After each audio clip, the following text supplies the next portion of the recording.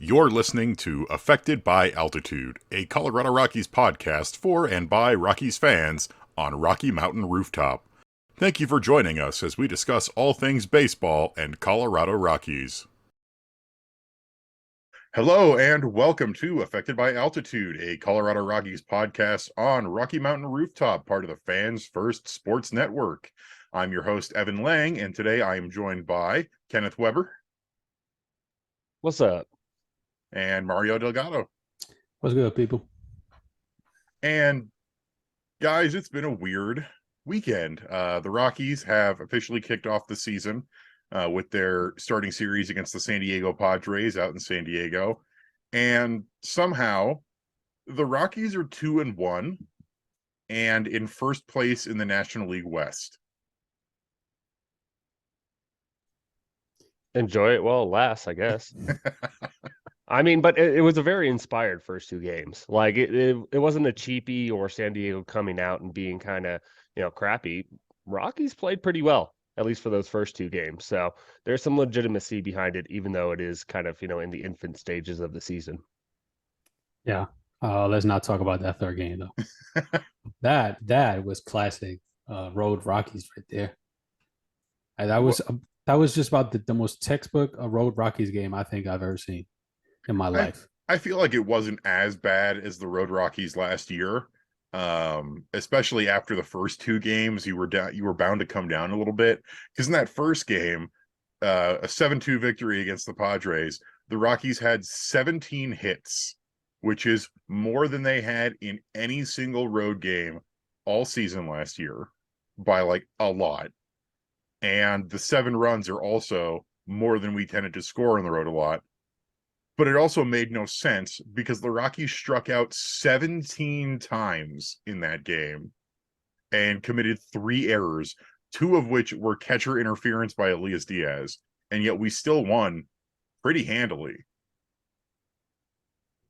I'm trying to calculate the BABIP. Go ahead, Ken. I'm trying to calculate the BABIP. I just want to give a shout out to Joelle because she did a terrific job on her piece on Friday of describing that, where that was the first time that had happened since 1901, and it's that weird that it only happens once every 122 years.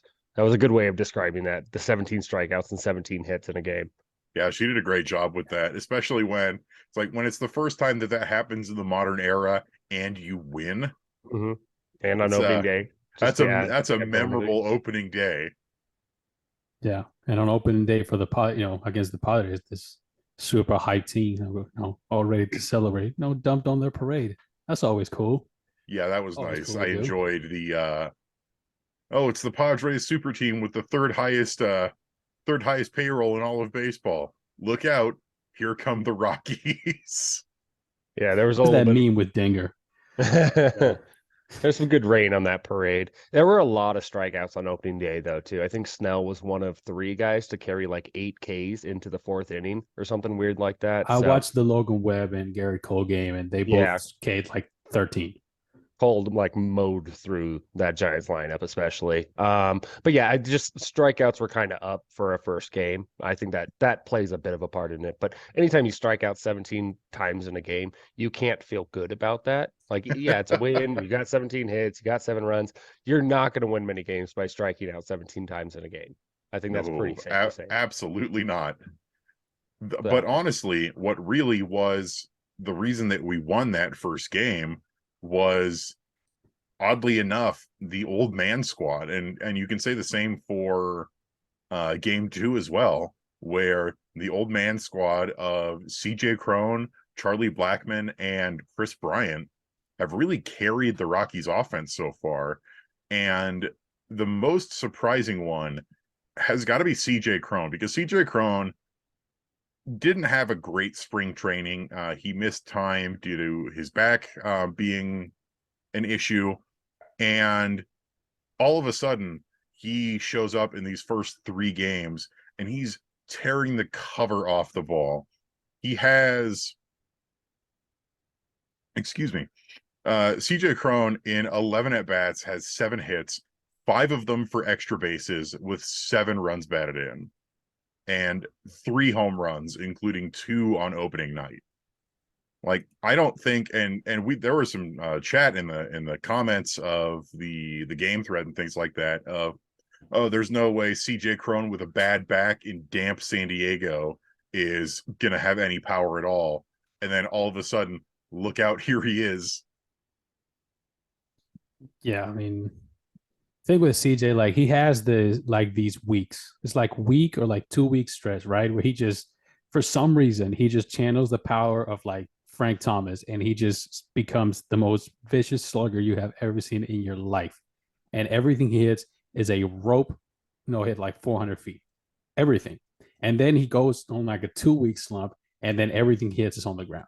So it's like we just happened to catch it right at that time, man. We just caught the start of it. Hopefully, it carries on throughout the rest of the road trip and against the Dodgers too, because yeah, I thought oddly enough, I thought aside from Cron, obviously, I thought Kris Bryant had the best looking plate appearances for most of this series. I don't know if you guys agree with that, but I thought he looked very, very good.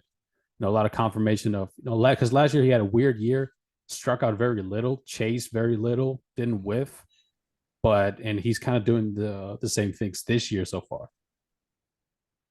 I'd agree with that.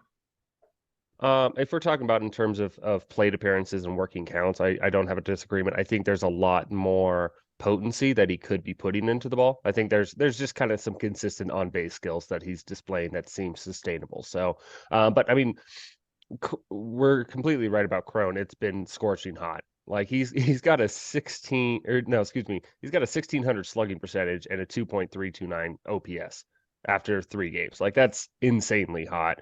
I think it goes to show that you can't invest into spring training stats. Like he literally comes out of the gate and is just lighting the world on fire after having a pretty, abysmal spring relative to what spring training is.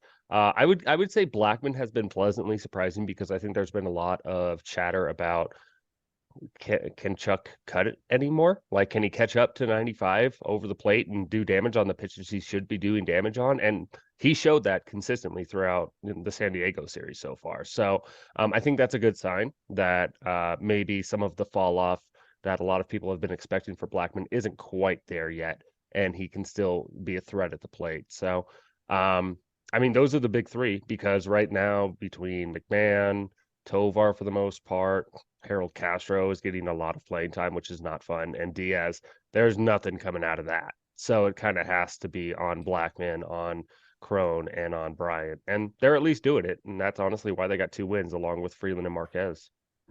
Yeah, with Harold Castro, honestly, he was getting that playing time out of necessity because Yerix and Profar still had not joined the team. And we saw last night, Profar is now with the team. He showed up about halfway through the game in uniform and ready to go, wearing jersey number 29. And we're expecting him to be in the lineup for today's season finale, not season finale, series finale against the Padres. So we'll see how that goes, especially because Castro, not particularly inspiring in his first 2 games as a Rocky. Yeah, again, like what Kenneth said, don't put too much stock into spring training stats. Castro was hitting like Tony Gwynn during spring, but not anymore. I mean, this is just who he is. So I don't know, man. I feel like Montero's, like just jumping topics a little bit. Montero's had a little bit of a weird start to the season. He has chased a lot. He has whiffed a lot. He has gone just after every single non-fastball off the plate. He's gone after it. But he's homered, and I think he's hitting like 300 so far. I don't know. He's probably like 4 for 10, 4 for 12. Yeah, 335 is the slash. Yeah. So like the numbers are there, but the process has not been great for him. Yeah, especially I want to see that in that first game where he struck out bad in his first 3 plate appearances. But he's making solid contact. Like you said, he's 4 for 13, and he's got that first home run of the season. What I really think it is for Montero is, again, you can't put too much stock into spring training, but also because of his lack of playing time last year, he's still working on developing a consistent plate approach against major league pitching and a lot more of the breaking stuff that you're going to see at a major league level. And at the very least, we can say that at least for these first 3 games, Montero has started all 3, and he's getting that playing time. So hopefully he's going to continue getting the at-bats and can continue to work on his plate approach, because when he makes contact, he's great. But when he's whiffing like that so bad, then it's an issue. These were the warts of him on his prospect card too. I mean, so it's not necessarily something new. I remember Eric Longenhagen's with Fangraphs was just like blown away from the fact that Montero had like a full series where he literally swung at every pitch except for like one in his final at bat or something like that, where it's just you need to like every other or every third swing when you think about doing it, just don't do it. Is like kind of what he needs to learn. So it's I specifically didn't throw Montero into the mix of the bad versus the good of Bryant, Blackmon, and Cron, because he's kind of been that in between. Like it can be refined, and then he can be a lot more potent of a hitter, or he can just be a little too free swinging and put up a lot of 1-for-5s with a big one, and then a whole lot of nothing on the other 4. Like that's kind of the hitter that he's making himself right now. So, yeah, I mean, just that plate approach has to be reined back a little bit, and then defensively he's been fine. So that's the good news too. He's 23 strong innings at third base. So yeah, the good and the bad. And we've been so spoiled as Rockies fans at third base defense, where there were a couple plays watching Monty over at third base where I'm like, Nolan makes that play, but Right. He has to dive for a pop-up. But 99% of other third basemen are not going to make that play. Yeah, so I said that too. Yeah, he's like, been because we went from Nolan to Ryan too. So so he's been totally fine. Yeah, the thing I would say, my bad, Evan. No, go right ahead. Funnily enough, Montero has better, bottom line stats, but I've actually liked the process of Tovar's plate appearances more as I've watched him. I think we all talked about, and we all thought about like the thing that really stands between Tovar and stardom is pitch selection. Because if he can swing at the right pitches and let the wrong ones go, the bat speed, the hand-eye coordination, everything's going to be there and it's going to take care of itself. So I've actually been very encouraged by that. He's taken some hacks at pitches he shouldn't have taken, but for the most part, I thought his plate discipline has been fine. And again, it's a 2 for 12, and he's been making a lot of contact on the ground. But that's probably going to work itself out. As long as he's swinging at the right pitches, I'm happy with that. And defensively, of course, he is who he is. Like, this is the glove that he has. So, yeah, he's been working a lot of counts, and that's been really nice to see, where he's not going down in 3 pitches. He's taken some nice long at bats. Yeah, I mean the strikeout rate too is in half. I mean Montero's at 50% while Tovar's at 25, and Tovar has a unique problem where he has such an elite contact skill that it's not that he'll strike out on pitches, it's that he will not have any. He won't drive the ball with any authority because he's swinging at bad pitches and putting the ball in play. So, 75% ground ball rate is not, going to cut it, but I think that that's an adjustment that can be made. And I think when he is getting those meaty pitches over the plate, that's kind of what he's been showing he can handle right now and drive. So, a little bit less work needed there for Tovar to be consistently good. And it's just a little bit more line drive elevation and just lay off some of those out of the zone, because weak contact's not going to cut it. And you can say that for a lot of Rockies hitters, especially after last season, where that ground ball rate and weak contact rate for everybody was just such a huge issue. And it's 3 games also. Yeah, because then, he starts scorching the ball in the air like he's perfectly capable of. And, we kind of look stupid here. But again, this is just how baseball goes. Like at the end of the day, what you're looking at, especially in the first few games, is the process. Just for everyone, you're looking at the process more so than the results, because a lot of, like, I know that Montero has more hits than Tovar, but I remember, at least a couple of those being, what newspaper has, like he just kind of swing, he just bloops one, it just happens to drop. Yeah. And Tovar has been making, decent contact. So again, that's really, but, following that, Montero and Tovar, press, like they both need to have better pitch selection, because we have it over here in the notes. I like that title, by the way. They ain't the Walkies. I like that. That made me laugh for some reason. It's corny, but it made me laugh. I like They're that. sure And they not. have not been taking walks at all. Yeah. At all. Because Moustakas took 2, and both of those were on 4 pitches each. And it was because I think it was Walker who just could not find the zone for some reason against him. Yeah, He it terrified. was. So the Rockies have only drawn 7 walks so far, and 6 of them are 2 guys. It's CJ Cron, Kris Bryant, and Mike Moustakas with 2 each. And then the 7th, I believe, is Elias Diaz, who is off to a pretty cold start otherwise.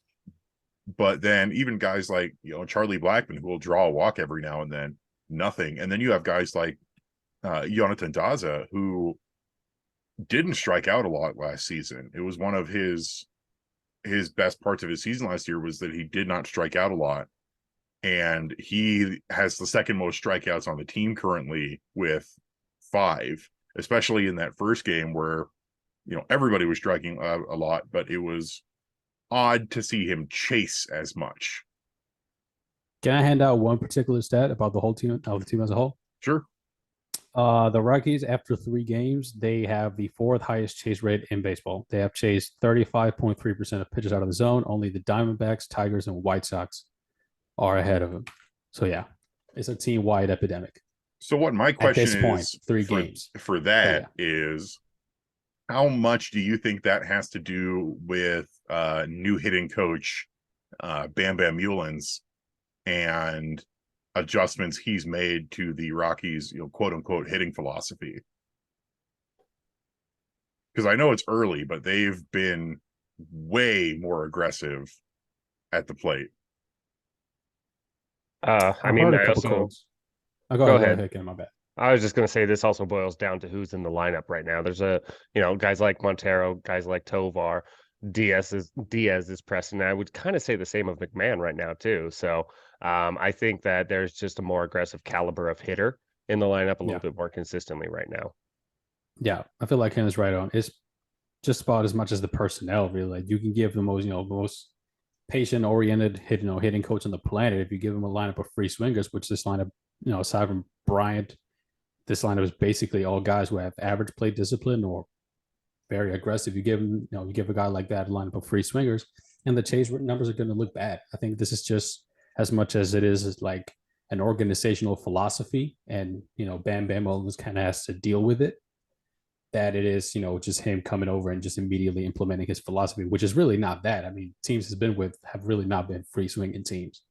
And I read a piece on Fangraphs. It was like an interview with him about the hitting philosophy, and he was like, and basically he's preaching being aggressive in the zone before 2 strikes, and then being disciplined once you get to 2 strikes. So he's preaching that adjustment that some guys in the lineup make automatically. I know Tovar's a guy like that. He has a big leg kick before 2 strikes, then he ditches it with 2 strikes.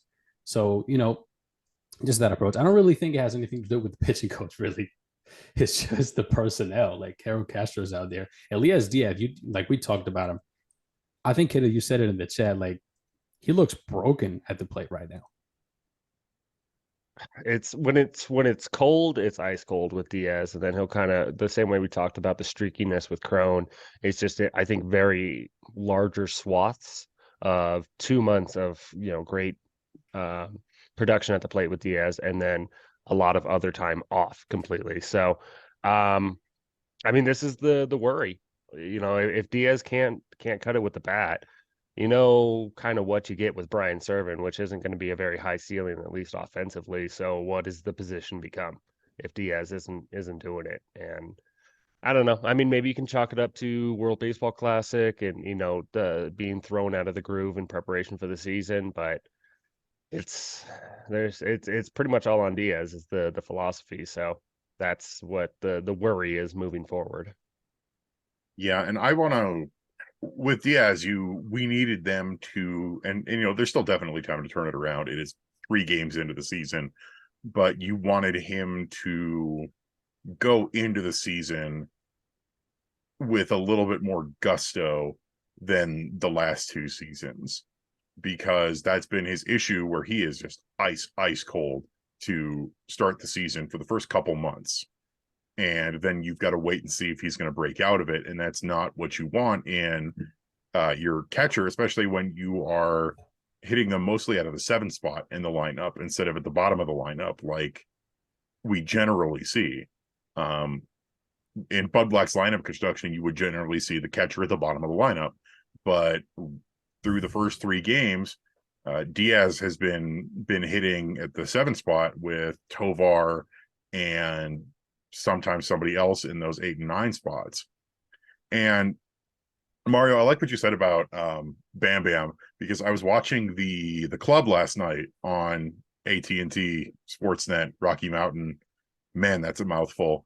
And he's going through the motions with Ryan McMahon, and those are the kinds of things he's going, where he's also working about like hand and wrist control on your swings and getting that ball elevated. And so the reason why I brought it up is not to throw shade at Bam Bam, but to rather get a consensus of this is not a hitting coach problem, because I don't think it is. And with Ryan McMahon, I'm not super worried about him yet. He only has 3 strikeouts in 13 at bats. He's making contact, but it's weak contact, or he's not getting in play. But when he makes good contact, he's already got 2 doubles this season. So I think there's still time for Mac, even in this opening series, to sort of flip that switch on there. I'm not super worried about him yet, especially when he's a fairly known quantity. We know what he is. We know what he is capable of as both the Rockies second baseman and as a hitter in the Rockies lineup.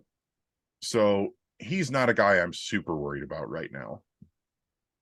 I agree with that. I'd think that, at the end of the day, Mac is one of the guys with a better approach on the team. I mean, I wouldn't say his approach is like plus or anything like that, but it's definitely pretty solid. The guy I'm definitely worried about is Jonathan Daza, because for the past 2 years, I've just had like this feeling about him. Like he is a 4th outfield that is being stretched thin past his breaking point a little bit. I think he overachieved last year. I think he's a good major league player, but since he overachieved, and now basically there's potential for this position to get really bad if they get slow with bringing Brenton Doyle up for some reason, and if Daza takes up the majority of the playing time, there's potential for center field to be bad, because he's also been sloppy in the field as well, and that is a big problem. Now I won't talk about line of construction. I'll just leave it at that, because I'm going to get mad when I think about the fact that the guy who is the most important player in this organization right now is the one who is being given the least amount of at bats, because I'm going to get mad about that. So I'm not even going to talk about it. So you already are. my guess there is that mad. You think Tovar should be the leadoff hitter. Absolutely. Like, show him the confidence, though. Like, first of all, he's the most gifted, one of the most gifted. No, the hell with it. He's the most gifted hitter on this team aside from Kris Bryant. Hand-eye coordination, bad speed is all there. So give him the leadoff spot, give him all the plate appearances. Let him learn. Like, this is a season to learn for him. So let him learn in high leverage spots where he's going to be, hopefully. Especially when he profiles as a prototypical leadoff hitter with good contact skills and good base running speed. But instead, they're going to give the leadoff spot to Urickson Profar when he is in the starting lineup for some reason. Oh, that's going to be great. And I'll tell you, because a lot of these games, a lot of these West Coast games over here in Spain, they start at like 3 a.m. in the morning. So obviously I'm not staying up for that, especially for José Ureña start. Hell no. So yeah. It's a life choice. So when I wake up in the morning, I just go to MLB TV and I just watch the game there. And I've been fast forwarding through mad Jonathan Daza plate appearances and Elias Diaz plate appearances. I'm like, dude, no, I have things to do. I do not want to watch these plate appearances right now. So you can add Jurickson Profar to the list of guys who I'm going to be fast forwarding plate appearances of. I wish him the best, but God. Yeah. I can't do this, bro. I think you bring up a good point with Daza defensively in center field. It was kind of a tough sky on opening day, at least for Daza. So if that brings up a bigger question, though, where if he takes a step back defensively to where he can no longer be an average center fielder, what really is he bringing to the table, especially in the starting lineup? This is why he's an ideal 4th outfielder. And I think that sadly, this is going to start the Rockies having the itch to get Randall Grichuk in there as soon as possible over something like Brenton Doyle, which that's something to look forward to or not, depending on how you look at it.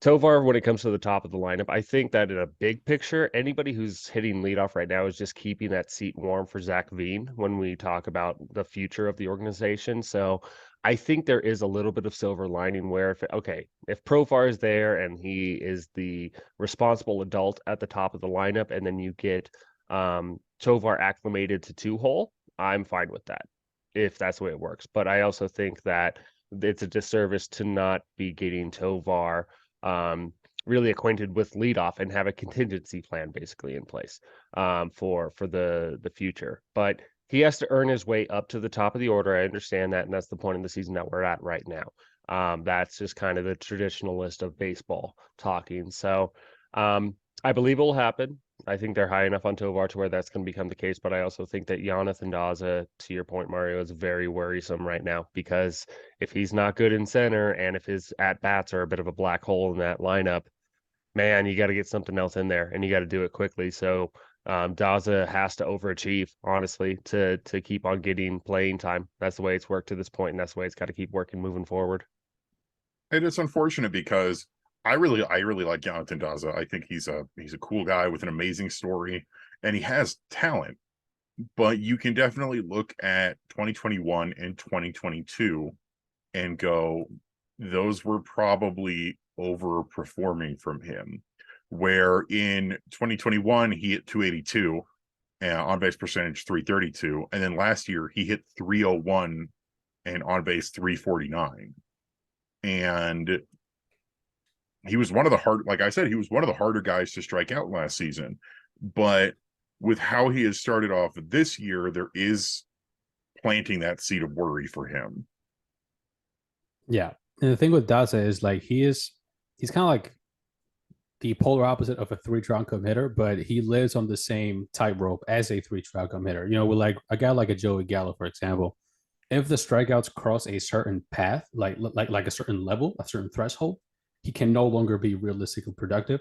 With Jonathan Daza, is actually the same point, because since he doesn't make quality contact and he doesn't walk, if the strikeouts cross a certain threshold and he's no longer putting an obscene amount of balls in play, then he could just no longer get enough hits to get on base at a decent clip and actually be productive. So I think the swing and miss is just super worrisome for him, but I would be very surprised if the Rockies don't have a quick plan in place, hopefully, that does not involve Randall Grichuk, because Brenton Doyle has looked okay in Albuquerque. We know this physical too. I was thinking about it. Doyle is kind of built like a 6'3" Brian Dawkins, something like that. Did not expect a Brian Dawkins reference today, but go ahead.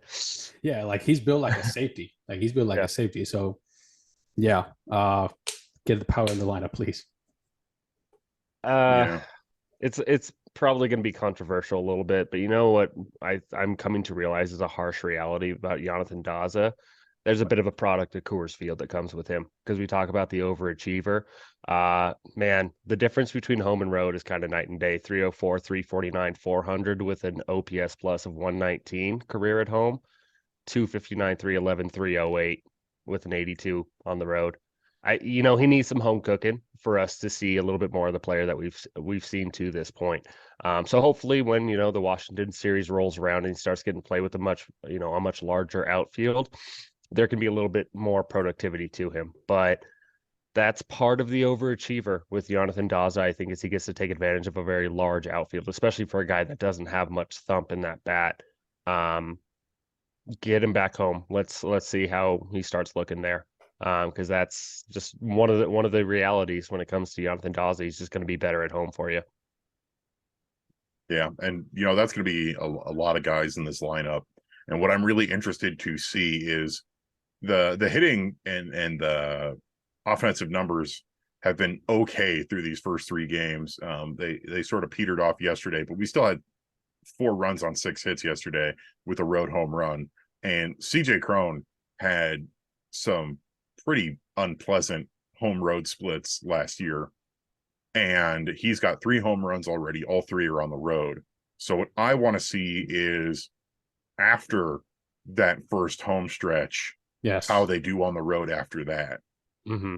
Because starting the season on the road after playing all your spring training games in Arizona, and you have played no games in Colorado yet at this point, versus going back on the road after playing games at Coors Field, that's when the Coors hangover can kick in. And the real question for this year offensively is, are they going to be able to kick that hangover better than they have in previous seasons, especially last year, where the road Rockies were just absolutely abysmal to watch. Yeah. One thing I would say too is that at least with the new rules, incentivizing stolen bases, maybe they run a little bit more. Because I will say that one of the more underrated parts about how brutal the Rockies were to watch offensively last year is the fact that they didn't run at all. Because like you can be a mediocre hitting team, but if you run and you steal a lot of bases and you're aggressive on the base pass, you're at least going to be a little bit fun to watch. But if you play station to station baseball and you have no power, oh man, that's brutal. So yeah, but I do want to see that first transition though, because now it's like the slate's clean. They don't have that difference in pitch movement to adjust to. So we'll see how it goes. Obviously, fingers crossed. But yeah. I'm not as rosy when it comes to stolen bases. I think that there's basically just one stolen base threat on this roster right now, and that's Ezequiel Tovar. There's new rules in place that are going to help it a little bit. Maybe Profar. I'm looking at it, and there's maybe two guys basically that are going to swipe double-digit bags for us this year, and that's I don't expect a drastic improvement in that department, I guess. More wishful thinking on my part, really. Yeah. I mean, there's more on the horizon. If you start getting Brenton Doyle and Zach Veen into it, yeah, there's a whole different story that's coming on the horizon. But for what this roster is right now, I don't think, Elias Diaz is pulling out 12 stolen bases out of his butt this year. I think it's basically just on Tovar right now. Yeah. Hey, Ryan McMahon stole 7 last year. He might get into double digits this year, actually. Might, but I'm kind of feeling the same way about maybe Urix and Profar might too. If I have any confidence, it's Tovar, and that's about it. Yeah, that's fair. All righty. Well, we're going to take a quick break here, and we get back. We're going to have a real meaty discussion about the Rockies pitching staff here through these first 3 games, especially José Ureña. I think there's going to be some words to be had. So stick around, and we'll be right back. Welcome back to Affected by Altitude on Rocky Mountain Rooftop. Still with me is Mario Delgado and Kenneth Weber. I'm Evan Lang, and after the first half, we were mostly talking about the at-bats and the offense for the first 3 games.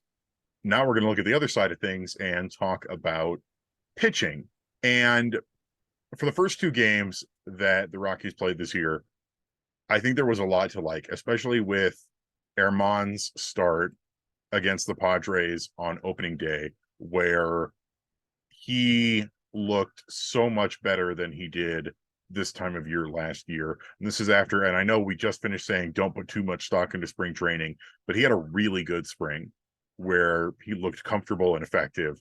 And I think he carried that into his first start of the season, where he goes 6 innings, only gives up 2 runs, struck out 5. Most important thing, no walks. He did give up 5 hits, but no walks, and kept that damage to a minimum. It was strong. Yeah, man, it was a strong outing. And I think, I've talked about it ad nauseum. So much of the Rockies being respectable this year is hinged on Márquez coming back into ace form. And I think that it was a pretty good showing. The stuff looked crisp. I think that there's still work on that sinker. That secondary fastball offering was really problematic for him last year. And I think it's, just in a brief sample, it was better, but there were some still, some hard barrels that were found on that sinker. So it was encouraging. Like it was very encouraging. I think it was a strong outing. I think that it gives the Rockies a chance to win. And if you can consistently get that out of your top 2, that's going to go a long way in actually achieving victories this year. So great beginning of the year for Márquez. Yeah, I especially thought his slider and his knuckle curve looked really good. And the sinker definitely looked improved from last year. Though of course there's obviously still work to do. I forget what it's called. There's a Twitter account that's like MLB pitch value that was Pitch talking quality, I about think it is. pitch quality, that was talking about the improvement in the quality of his sinker overall. And if you can keep improving on that sinker, then things are looking great, especially when you combine it with his real quality breaking stuff in that knuckle curve and that slider. Yeah. I thought That curve. Go ahead. Ken, go ahead. I was just gonna say the curve has to be more than 16%. Like it's such a good pitch. And so and Mario, this is unfortunately setting you up for your blood to boil a little bit here, but man, that needs to be 2A at the very least, along with the slider at 2B. Because it's a little too fastball dependent, and man, that breaking ball, both of them are good and have different shapes that are to his advantage. That knuckle curve, when he's got it working, is one of the best pitches in the league. It's a 70. The best pitch on the staff. And he only throws 15% of the time. Oh, well, like. Go ahead, Mario. Here's the thing. Okay, so here's how I would put Germán's start. Almost all of it was super encouraging, except his actual pitch usage. Like the shapes of his pitches, I felt looked as crisp as they've looked in 3 or 4 years. For the first time in a while, his four seam and his sinker are different pitches.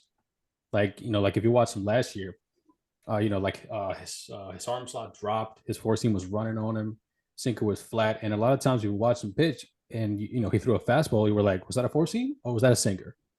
It was kind of like you kind of get crossed up a little bit because they were so tight together. Like they basically have the same movement profile, only like a couple inches of difference.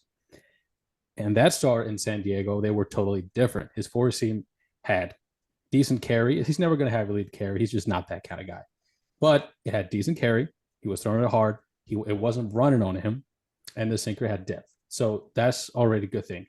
Number one. Good thing number two, his slider finally has an identity again. The last 2 years has been basically a crappy curveball for him. But that's the best way I have to describe it.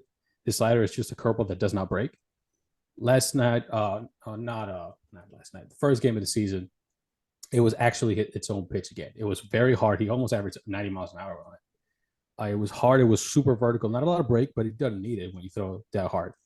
And the curveball was different from the slider, about 10 inches of difference again.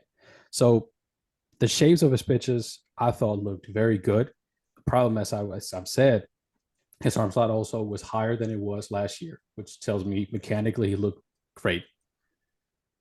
Problem again is pitch usage. Kenneth mentioned it, too many fastballs. I mean, the thing about Germán is he's a little bit of a weird case because he's a guy who sits 96 who really should not throw a lot of fastballs. Like it sounds counterproductive when you think about it because, if you throw that hard, why, and you have good control, why wouldn't you throw a lot of fastballs? Well, in his case, it's because his fastballs just don't have great shape. Like I talk about his four seam not having great carry. He doesn't spin it like that.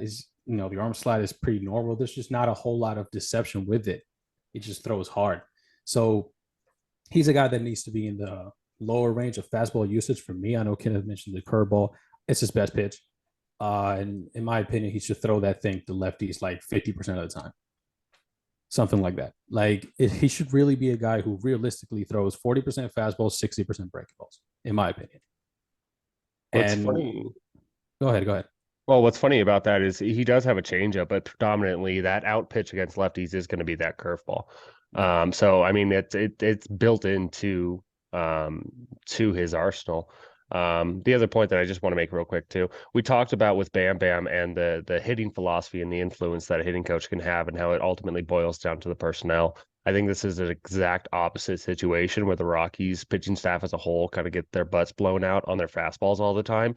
And that is a direct result of the organizational pitching philosophy and the influence that they have on what they want guys to throw, counterproductive to kind of what their strengths can be.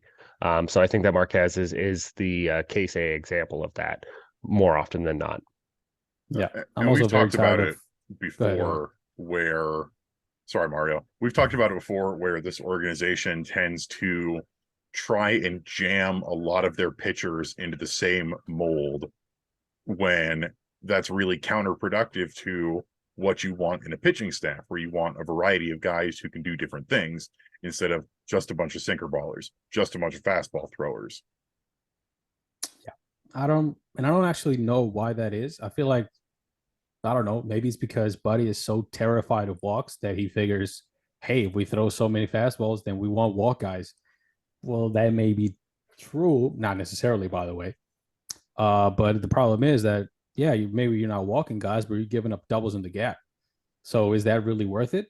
You know what I mean? Like, is it really worth it giving up more balls in play when you play heavy games in the park that boost a ball in play more than any other in the majors by a country mile? I don't agree with that. And I think it's kind of like pitching scared or playing scared. It's kind of like the pitching philosophy is a little bit scared to me. Like, the Rockies should be a team that is all in on pitching in a very aggressive, forward-thinking manner. Tons of breaking balls. You know what I mean? Like, tons of sliders, tons of curveballs, using pitches where they should be.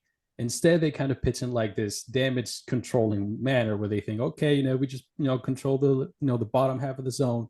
We won't give up home runs, which, by the way, is a lie. Hitters have spent the last 15 years being trained on how to scoop pitches at the knees and hit them 450 feet. Mm-hmm. So yeah, like, that point is just, guys need to pitch their strengths, man. Like, you might not like it, but Germán is a vertically oriented pitcher. Fastball at the top of the zone, vertically oriented breaking balls. He's going to give up his home runs. It's going to happen. You know what I mean? Like, then you have other guys who are more east-west. Kyle Freeland is more of an east-west type guy. But Germán is not. You don't need to make him pitch that matter. Yeah. North-south, north-south.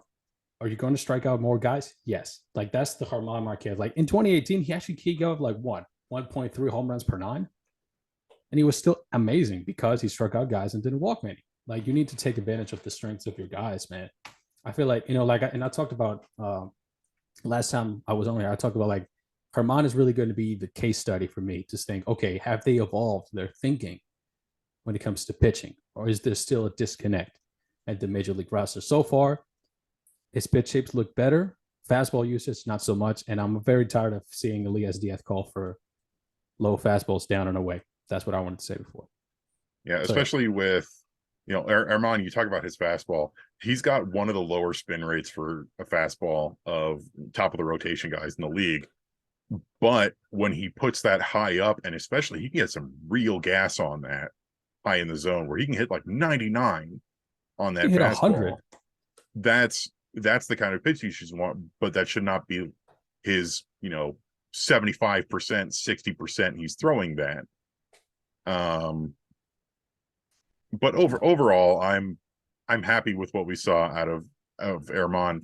And then you brought up, Kyle Freeland, who, the east-west oriented pitcher. He took the second start of the series against the Padres, and he also had a pretty interesting game where early on he wasn't super sharp, and he definitely wasn't at his best. I will say that, but he was efficient, and he pitched, I think, overall well. He threw also 6 innings, only 74 total pitches through that 6 innings of shutout baseball, only walked 1 batter and gave up 3 hits. His ability to work both sides of the plate in that game as it went along was inspiring. Mario, you said it well with Germán's strengths being more north-south and Freeland east-west. Freeland can be a very uncomfortable at bat, especially for right-handed hitters, and that is where his strengths come in. And I think he showed that pretty well in his first start of the season. He didn't quite have it initially, as you mentioned, Evan, but I think he got there. And just to get it out of the way, that defensive play that he made was freaking dope. He went full amazing on that. So there was the athlete that he showed off, but really, there have been a handful of starts that I can remember off the top of my head with Freeland where he just eats righties up on their hands, and when he's on, he does that consistently. And I think you saw glimpses of it in his first start this year, so that was good. Yeah. It was the same for me with Kyle. Same kind of pitcher that we saw in the World Baseball Classic when he was.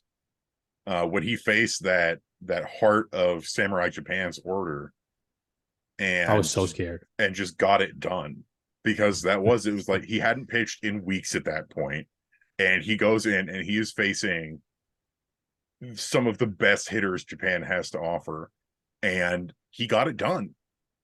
And that's something that when he's on, like you said, Kenneth, we know that he is capable of working both sides of the plate, of really just getting the job done. He's never going to be a, light you up pitcher. Like he's not Germán. He's not a high strikeout rate pitcher. He's not going to be throwing the gas, but he's got the abilities that he needs to be successful. Yeah. The thing, Kyle has a couple of things really going for him. One is his command is generally very good, far better than Germán, actually, who's more of a control of a command type. The second thing he has is he's a lefty. Obviously, that's an advantage right away. And the third thing he has is that because of the way his fastball moves, like Kenneth said, he just eats righties up when he's locating well. His fastball cuts on him, if you see it, and he just eats them up for breakfast. He pitches them up and in, and that sets up back foot breaking balls. He's actually kind of similar to Germán in that he is a four-seam sinker slider curveball guy. His changeup is terrible. I've been saying this for years. His changeup is just bad, and it's weird because you would expect a guy like him, who's a crafty lefty, to have a great changeup, but he does not. So I would say that for him, just throw the changeup away and treat the slider kind of like a cutter, which is kind of is already. So for him, you kind of have to look at four seam, righties. You throw four seams, then you throw curveballs, to the back foot. That's your swing and miss pitch, your curveball. Which, by the way, his curveball used to be terrible as well, and has become very good over the past 2-3 years. So that's a plus for him. Definitely. Yeah, and then to lefties, you throw out a gazillion sliders and some sinkers off the plate. I was actually a little bit worried, and I'm still worried with him because I just think that you can only get away with so much when you're averaging like 88, 89 miles an hour. And I understand he's a lefty and his command is good, but I would like to see him at least break the 90-mile-an-hour barrier again before I can be like, you know what, I'm comfortable with Kyle, consistently as the 3-4 in the rotation. If he's at 89, 88, I'm going to be nervous every start. He's going to get through it because he locates very well and his pitches make sense, but I'm just saying, bro, like that 92 he averaged in 2018, 2017 is a long way from now. Long way away. So I don't know. I'm kind of like in a wait and see with him. I was very pleased with his first start, but I'm in a wait and see. José Ureña, I don't even know how much we need to say. I don't even dog. I just do please. I don't understand for the life of me how a major league team in the year of our Lord 2023 is looking at this guy and is saying, this guy starts game for us. I don't get it. And it's not even a shot at Ureña himself. I think he can actually get major league hitters out in a diminished role. As a low leverage reliever, he's fine. He throws hard. He's fine. But son, how in the world do you look at this guy and you say, this is a starting pitcher for us? He has nothing to get lefties out with. I don't even know if I need to say anything anymore. It's just every single start he has, it's just going to be a pain. So really, José Ureña started game 3 and it was bad. He couldn't finish 3 innings. He gave up 4 walks, which is more than the entire Rockies pitching staff gave up in the first 2 games. José Ureña is demonstrative, and we'll talk about this a little bit more in a sec, of the precipitous drop-off of the Rockies rotation after your 1 and 2 guys, Germán Márquez and Kyle Freeland. And Ureña had some good starts last year. Absolutely, he did. But especially at the beginning of his tenure, we were talking about this a little bit during the break. He was a good guy to bring in and see what he's got and try and fill the gap, especially after Senzatela went down with his ACL tear and our needs for starting pitching depth.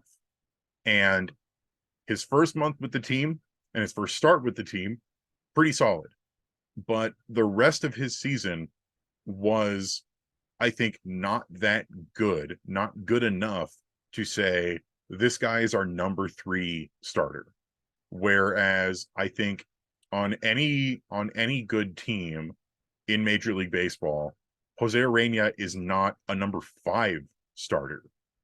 He's just not. Like Mario said, he doesn't have the stuff to get lefties out. He doesn't really even have the stuff to get righties out. in a extended appearance.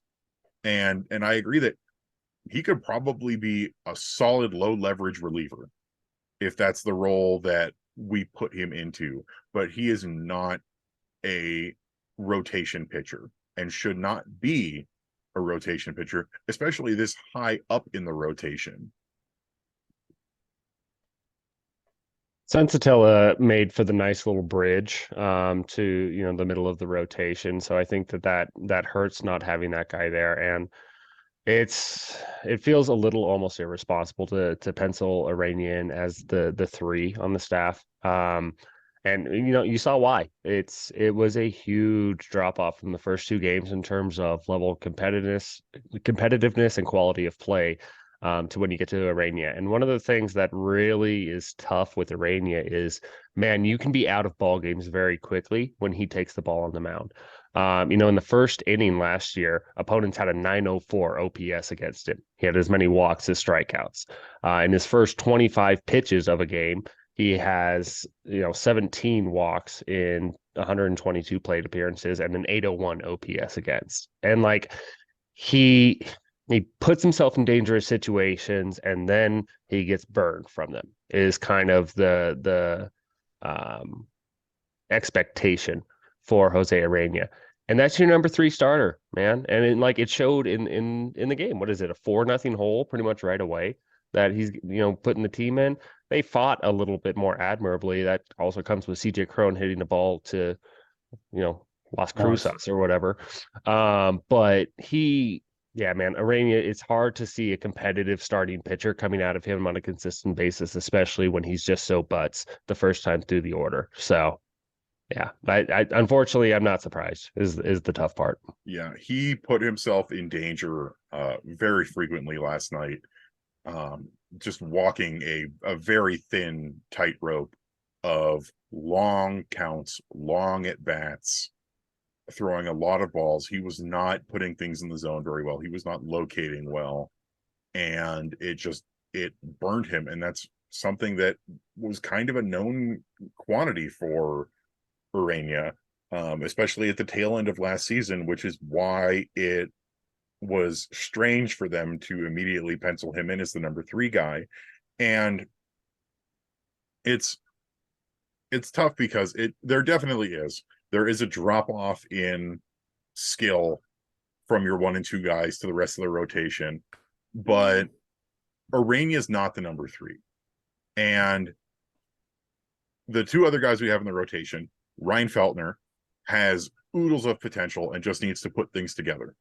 Mario, I know you are very high on Felty. Yeah. I would put Feltner at the number 3 spot at this point. I agree. Then your number 4 guy is Austin Gomber, who needs to prove that he's got it to be a big league starter this year. This is a very important year for Gomber. And then at number 5, if I was constructing this team, it sure wouldn't be Ureña. It would probably be Connor Siebold, or even we were talking about this at the break as well. After what we saw from Ty Block last night, I would rather see Ty Block out there because he's going to at least a couple innings, and he's not going to put you in as bad a situation as we were put in last night by José Ureña, because you really don't want that to be. It was such a momentum killer where the Rockies have all this momentum from the first 2 games, playing really well against the Padres, and then number 3 and that's the opposite of what you want. And the real issue is that this is a continued problem for the Rockies where they do not pursue starting pitching depth because, 22 years ago, we signed Mike Hampton to a bad contract. And now we just never do anything to address starting pitching in the offseason, where, down in AAA, we have, you have Noah Davis and you have Kaufman. You have Kaufman's not ready yet, and Peter Lambert. And Peter Lambert's going to get his first start of the season with the Isotopes today, but that's tough because Lambert hasn't regularly pitched since 2019. And that's why, real talk, that's why he was not on the opening day roster this year, is because they need to get him stretched out, make sure he's healthy, all that stuff. But you just don't have the depth right now. And it's so frustrating because it's a self-inflicted wound. And we've been saying this like every year for the past 5 years of, man, this team really doesn't have a lot of starting pitching depth, huh? Yeah. And the thing is, they haven't even been great at developing it, just by themselves either. So it's like you run into the situation where, like, the reason José Ureña was actually an okay pickup last year was because there was nobody depth wise. You just needed a warm body who could throw a little bit and eat up some innings. But now this year, the thing I don't understand is why they got Connor Seabold and how they looked at him and Ureña and thought, yeah, Ureña is the guy who should be starting games. I just don't understand how they arrived at that conclusion. I don't even know what to say. I think Austin Gomber is clear. This is the make or break year for him as a starting pitcher. Like, if he doesn't, and he has 3 good pitches, and I like Austin Gomber, but he doesn't know. The velo does not rebound to where it was last year. Can't see it. The fastball just doesn't play anywhere else. Yeah, I like Ryan Feldner. I think he's very talented. I think he does have this problem where he sometimes lets innings snowball out of control on him a little bit. I think that can fix itself with a little bit more reps. He wasn't really ready last year. His pitch mix was changing as the year went along. So I think this will be a more accurate, representation of who he can be, at least, first look. And really, the thing I would say with the Rockies, I don't think Kaufman is as far away as we think he is. I don't think Davis is as far away as we think he is, maybe, because Kaufman, when I saw him pitch, in spring training, some of the outings that had, a StatCast report, the pitch mix was already there. Like, it's not a high ceiling guy because he throws 91, but 91, 92. But the pitch mix, I think, is already there to get starters out, to get major league hitters out. My bad. And I feel similarly for Noah Davis, where you just kind of have to throw these guys out there and see what they have. Like, it's a good shot, and Davis especially, that they're just relievers because they lack fastball utility. But it's much, much, much, much, much better than just throwing José Ureña out there. And let's not, and let's be clear, Ureña's not going to be as bad every start as he was this past start. He just could not find the plate at all. However, the upside he gives you is a 5.5 ERA. Do you really want that in an evaluation year? Like, is this really what we're going to do? At least start Connor Seabold, who has 2 good pitches and has good command, and he will at least keep you in games. Like, the fact that we're even considering, swapping Ureña out for Ty Blach is actually just incredible. It's indicative of us knowing what you get from Ureña, because last season as well, he had some pretty solid starts, but then he would frequently follow that solid start up with a pretty mediocre or a pretty bad start. And I would much prefer to see the 27-year-old Connor Seabold, who has those 2 really good pitches, seeing what we've got in him for extended amount of time. And I definitely think, I agree with you that Kaufman and Davis are not as far away as we think. What's big for Kaufman is that he needs to show that he can make the adjustments that he's done previously, because he had his first year in Hartford and struggled, and then his second year in Hartford was great, and then his first year in Albuquerque he struggled, and now we need to see, is his second stint in Albuquerque, is he going to be able to adjust from that? And if he does, then I think he's called up this year at some point. And I think it's the same for Noah Davis. I think definitely. We see them on the big league roster at some point this year. And honestly, I feel like we'll probably see Peter Lambert at some point up here too, if he can prove to be healthy and get stuff down at the AAA level. But why we need to be worried about this kind of thing to begin with is beyond me, because one, if we got Seabold, why not just put him into the rotation anyway, especially if he made the opening day roster? And two, I get that he follows the mantra of this guy wants to be here, but why did we give Jose Ureña $3.5 million with a $4 million club option for 2024. There's just a lot of veteran favoritism that comes in with Jose Ureña, and I think a lot of it is unjustified. Mario said it, and the way I described it to the offseason, just casually talking with Rockies fans, is Jose Ureña is good for a 5.5 ERA, and they couldn't wait to bring that back. And that's kind of like, dude, that contract is worrisome, not because of the financial obligation that comes with it, but the level of commitment that it shows. Yeah. I would look at a Jose Ureña, I'm like, all right, you can roll it back and buy some time for Sensatella to return to the rotation, and maybe for Kaufman and or Davis to show that they're ready for it. But instead, they're kind of invested in him coming for an entire year, and then if things go like last year, they bring it back a third time. Like, that's kind of the way that they're showing it. So it's one start. Don't make a mountain out of a molehill with it. But I wasn't optimistic heading into the season, and there might be a lot more of this in the future. Gomber, man, let's just see it. Let's just see what happens at this point, because I think there's only so much more tinkering that we can do with his profile and diagnosis that we can make. But ultimately, is he going to make it as a reliever or make it as a starter, or is he just going to fade to obscurity in a bullpen? Feltner, we're going to talk about Feltner plenty this year. There's a bit of a young John Gray in terms of development that comes in with Ryan Feltner. That's going to be really interesting to see how that develops. He had a big jump in stuff in 2021, and that is showing him, that made him a major league pitcher. Now, can he be a middle of the rotation pitcher? And that, comes into damage control, essentially. And so it's going to be interesting to see. This is what you signed up for until Sensatella comes back, is my honest opinion. I think Davis might be able to force the issue in terms of pure stuff.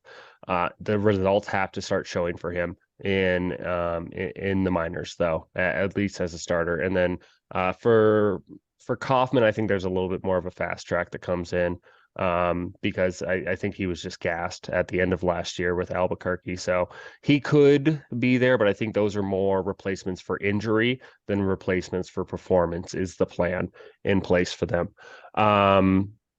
So yeah, I mean, it's an inspiring 1 and 2. I think that there's a real chance that Feltner can bridge that gap with his arsenal and with his aptitude for pitching. But I'm not banking on Jose Ureña to do it. And Austin Gomber is just a complete wild card. So let's see what happens. Maybe it does, but I have no faith one way or the other on what's going to happen with Austin Gomber this year. So that's why it's the find out kind of season for him. Yeah. Like we said, it's the prove it year for Gomber. I feel like all three of us right now are sitting right in the middle for him of, he's either going to be good and he's going to prove that he can be a starting pitcher in this league, or he's going to be bad and he's not long for being a starting pitcher and will, like he said, fade away in a bullpen. Yeah, and Jeff Hoffman, lefty. Jeff Hoffman, who just got signed on a minor league deal by the Phillies. But that was the same thing of where, Hoffman I feel like he had his chance for his prove a year, and he proved that he wasn't a big league starter. And I don't want to see that happen to Gomber, but all we can do is sort of wait and see. And he's going to pitch today, and I hope he does great. I do. I think he's a great guy, and he's got some interesting pitches. His curveball can be electric. Because the thing that I've just realized now, I agree with you that the curveball is really pretty. I think that the thing that's interesting is that almost all the depth guys, the guys that are going to be the starting pitching depth, that could potentially be something for the Rockies over the next 2 years. They have this one thing they share, and that is that their fastball is their worst pitch. And that is very interesting to me, because these are guys who, again, in all their cases, they have the secondary stuff and, for the most part, the control to be started, Gomber especially. But their fastball is their worst pitch. And this is an organization that preaches throwing a ton of fastballs. So, just like I said with Márquez before, this is going to be a telltale sign. Have they changed the way they think about pitching? And have they really, took another step into player development and really thinking about this whole operation on a different level. Because if they have, I think they're going to get at least one or two solid starters out of that group of Seabold, Kaufman, Davis, Lambert, and Gomber. They're probably going to get at least two, maybe three, actually, 2 or 3. If they don't go overboard with the fastballs. If they go overboard with the fastballs, they're probably going to get 2 relievers and no starters out of that. Let's be 100% real about this. Like, this is just what needs to happen. Every other organization in the big leagues would be telling Noah Davis, look, man, your sinker has use, but it's not really a great pitch. We need to hide it a little bit. Your cut is probably just only for left-handers. We're going to hide it. Your changeup is really good, though. We're probably going to throw that like 40% of the time. Any other team is going to tell a Gomber, dude, your 4-seam is not great. It doesn't play basically just about anywhere, right? Except at the very top of the zone. And in the case of the Rockies, only on the road. So, but your curveball is good, your slider's good, your changeup's good. Throw them like 80% of the time. Yeah. I mean, this is the kind of thing that the Dodgers do. Yes. Where we see the Dodgers take this guy who did not succeed with another organization, say the Rockies, for example, and they are able to retool him and retool their pitch mix into something that can be effective. It's exactly what we saw with Yency Almonte. And it's very simple. It's not even complicated, dude. It's like seeing what does this guy do well? Let's do more of that. Instead of saying, right, you need to throw fastballs at the knees because this is how we pitch over here. That is, and I would say, that is exactly what led to the downfall of the Pirates in the late 2010s. They were ahead of everyone for a few years in the early 2010s. Then they could not adapt to the league, and they just kept, putting everyone into the same mold. Like that happened to Chris Archer, for example. As soon as he got there, they started having him throw 2-seamers when he's terrible fit for it. It's a similar thing. So have they made those adjustments? Have they not? We're going to find out. For their sake and for the sake of these guys, I hope they have. Because Kaufman in particular has just a dandy of a changeup if you see him throw it. Really good changeup. Davis has 2. Lambert has another good changeup and a decent slider. Like, yeah, a lot of these times, I also want to see more power on the breaking ball, by the way. I see a lot of loopy curveballs from these guys. That thing needs to be over 80 miles an hour, but that's a different topic. Kenneth, anything else? No, I mean, this is there's a low hit rate on pitching prospects for a reason, league wide, not just in baseball. So I mean, there's some dramatic changes, and I think that the Rockies have also shown that they're not necessarily the type of organization that is able to implement, philosophical changes very well. So you hope that somebody like Kaufman is able to come up and produce and be part of the solution. So I think small steps is at least what I'm looking for with that. Yeah. And I'm more on the outside. I adore Carl Kaufman. I was really happy with that draft pick. I've been following him since he was at school in Michigan and since we picked him up. And he's a guy I want to see succeed. And the Rockies need to be smart with how they develop him and how they implement their pitching philosophy with him, and not just try and force him into a cookie cutter mold like they do with their other pitchers. But all we can do is wait and see. Unfortunately, it's so early in the season, but I mean, we'll finish off the series with the Padres at time of recording this afternoon, and we're headed off to Los Angeles. So we'll see how that goes. I think that's going to be about it for us this episode of Affected by Altitude. Kenneth, why don't you tell the folks where they can find you at on the socials? Yep, I'll be on Twitter at KDub1988.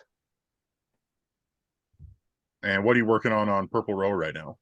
I got the first Pebble report coming out on Monday, and then also right now kind of going to be digging on the pitching side a little bit. Whether that's bullpen or Ureña specific is still to be determined. But Monday on Purple Row, have the rock pile up and have the Pebble report, the season debut of the Pebble report.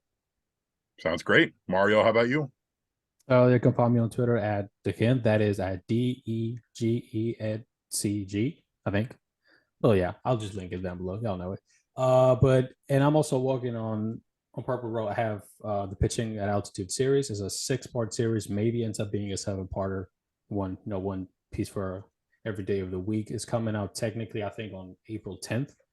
So look out for that. It's really in-depth series about data and tackling every pitch type and really just making a pitching strategy. Basically, trying to tell the Rockies, this is how I think y'all should pitch. Please do this. So yeah, don't give me a heart attack. That's basically how that series goes. Yeah, looking forward to that. And you can find me on Twitter at Evan_Lang27, also on Purple Row doing the Thursday Rock Piles. You can find us on Twitter at Altitude Effect and at Rocky Mountain Rooftop. That's ROCKYMTNROOFTOP. That's going to do it for us here today. And I don't know, I guess I'll hit him with it.